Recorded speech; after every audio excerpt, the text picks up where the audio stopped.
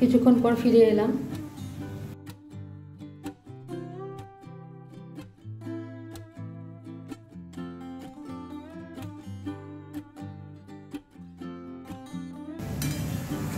মাঝে মাঝে এরকম ঢাকা খুলে ঘেটে দিতে হবে, সিদ্ধ হয়ে।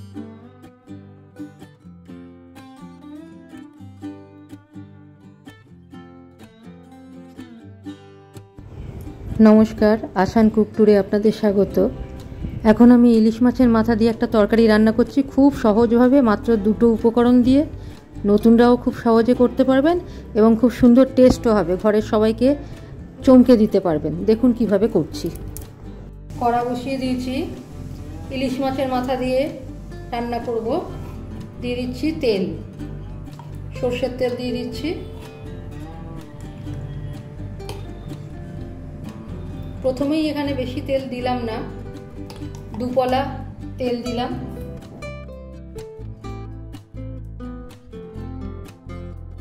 তেল গরম হয়ে গেছে,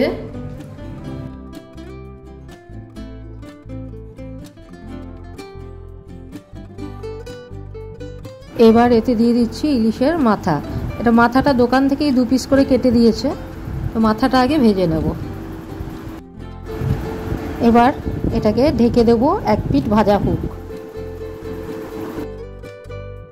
কিছুক্ষণ পর ফিরে এলাম। এবার এটাকে একটু উল্টে দেব। আর একটা কথা বলি, আমি নুন হলুদ মাখানো মাছের মাথা কিন্তু এটা, হ্যাঁ, নুন হলুদ মাখিয়ে নিয়েছিলাম, এটা বলতে আমি ভুলে গেছি। আচ্ছা, এই পিঠটা উল্টে দিয়ে আবার ঢেকে দেব। এই পিঠটাও এবার ভাজতে দেব, কিন্তু কম ভাজলেও হয়, কাঁচা থাকলেও হয়, অসুবিধা নেই। 2 পিঠ আমার ভাজা হয়ে গেছে। এবার মাছের মাথাগুলো আমি তুলে নিচ্ছি। দেখুন তেল অনেক বেড়ে গেছে, কারণ মাছের মাথা থেকে তেল বেরিয়েছে, ইলিশের তো তেল থাকেই। এবার এতে দিয়ে দিচ্ছি 1/2 চামচ গোটা জিরে আর 3টে চেরা কাঁচা লঙ্কা। একটু ভেজে নেব। লঙ্কা ভাজাটার একটু রং আসবে, কালারটা চেঞ্জ হয়েছে। এবার আমি এতে দিয়ে দিচ্ছি একটা গোটা লাউ। লাউটা আমি আগে খোসা ছাড়িয়েছি, তারপর ধুয়ে নিয়ে কেটে নিয়েছি, কেটে নিয়ে আর ধুইনি। তো এটা একটা ছোট সাইজের লাউ ছিল, গোটাটাই আমি দিয়ে দিলাম।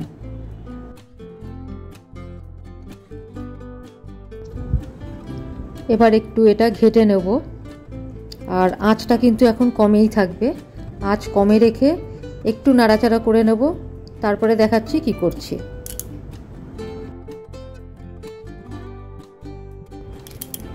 এবার এতে দিয়ে দিচ্ছি আন্দাজ মতো হলুদ গুঁড়ো, এটা পরিমাণ অনুযায়ী দেবেন। এবার দিচ্ছি আন্দাজ মতো নুন।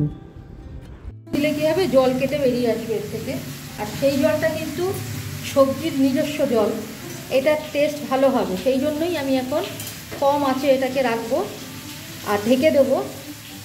মাঝে মাঝে একটু ঘেটে দেবো। হলুদটা মাখিয়ে নিলাম, নুনটাও মাখিয়ে নিচ্ছি, সব মাখিয়ে নিয়ে এবার একটু কম আঁচে দেবো।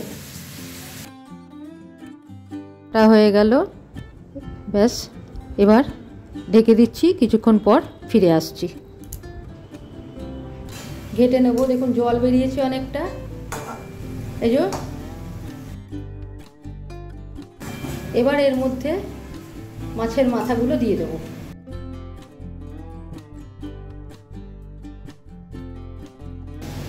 মাছের মাথা দুটো দিয়ে দিচ্ছি। কোনো মশলা কিন্তু আমি দিচ্ছি না, একেবারে মোটমোটে করে ভাজা হয়ে গেছে। আরও কিছুক্ষণ আমি কিন্তু এই জলটাকে শুকোনোর চেষ্টা করব। দেখুন নিচে কিন্তু জল বেরিয়েছে, হ্যাঁ, নিচে জল বেরিয়েছে। এটা কিন্তু লাউয়ের জল, আমি এখনো পর্যন্ত জল দিইনি, দেখি কতটা এটা সিদ্ধ হয়।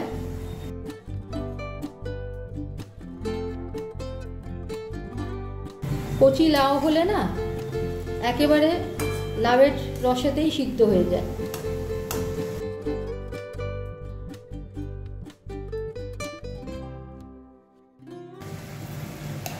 এতে দিয়ে দিচ্ছি একটু চিনি। লাউতে একটু মিষ্টি খাই আমরা। ঢেকে দিচ্ছি আবার।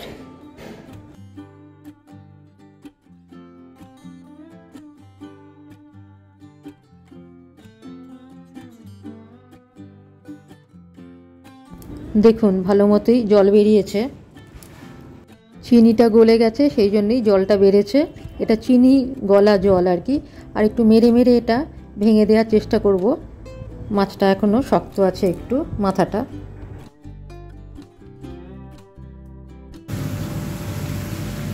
ভেঙে গেল এটা, দেখুন নরম হয়ে গেছে, ভেঙে গেছে। এটা পরে ভাঙবো, এটা একটু শক্ত আছে।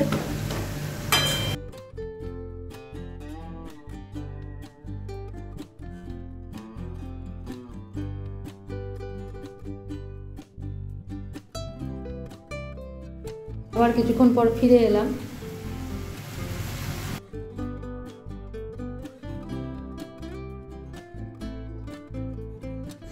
জলটা শুকিয়ে গেছে, কিন্তু তাও আমি এতে একটু জল দেব, কারণ পুরোপুরি সিদ্ধ হয়নি। অল্প একটু জল আমাকে দিতেই হবে। এবার এতে সামান্য একটু জল দিয়ে দিচ্ছি। এই জলটা দিয়ে কিন্তু মাখো মাখো হবে।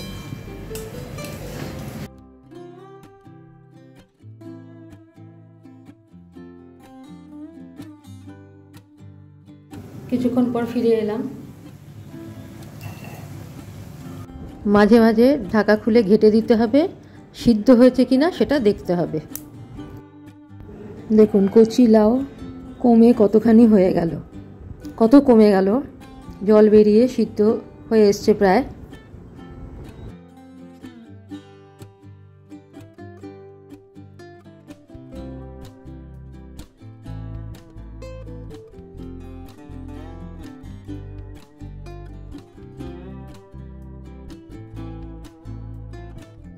কিছুক্ষণ পর ফিরে এলাম। এবার এতে দিয়ে দিচ্ছি হাফ চামচ রোস্টেড জিরে গুঁড়ো বা রোস্টেড কিউমিন পাউডার।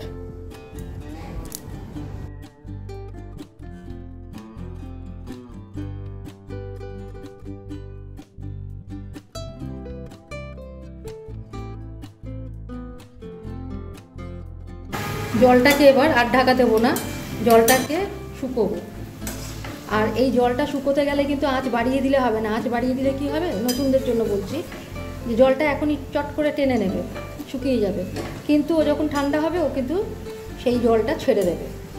কিন্তু যদি আপনারা কম আছে এইভাবে আস্তে আস্তে জলটাকে শুকোন, তাহলে কিন্তু সেটা হবে না। এখন যেরকম রাখছেন, এটা ঠান্ডা হয়ে গেলেও সেই রকমই থাকবে। সেই জন্য কম আছে আস্তে আস্তে জলটা শুকোক, তারপরে দেখাচ্ছি আর কি করব। এটা শুকিয়ে গেছে। এবার আমি সাধারণত একটু ঘি দিই, কিন্তু যেহেতু ইলিশ মাছ, আজকে আর ঘি দিলাম না, গ্যাস বন্ধ করে দিচ্ছি। Ready to serve. এবার আমি প্লেটিং করে দেখাচ্ছি। আমার ইলিশ মাছের মাথা দিয়ে লাউ ঘন্ট রেডি টু সার্ভ। আজকের মতো এখানে রাখছি। সবাই ভালো থাকবেন, ধন্যবাদ।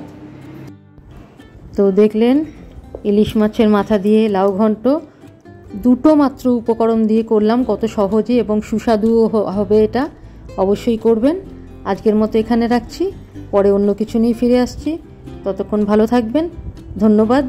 আর লাইক, শেয়ার, সাবস্ক্রাইব করতে ভুলবেন না। নতুনরা অবশ্যই সাবস্ক্রাইব করবেন, আর কমেন্টও করবেন যে যদি করে থাকেন রান্নাটা, তাহলে কেমন হলো জানাবেন।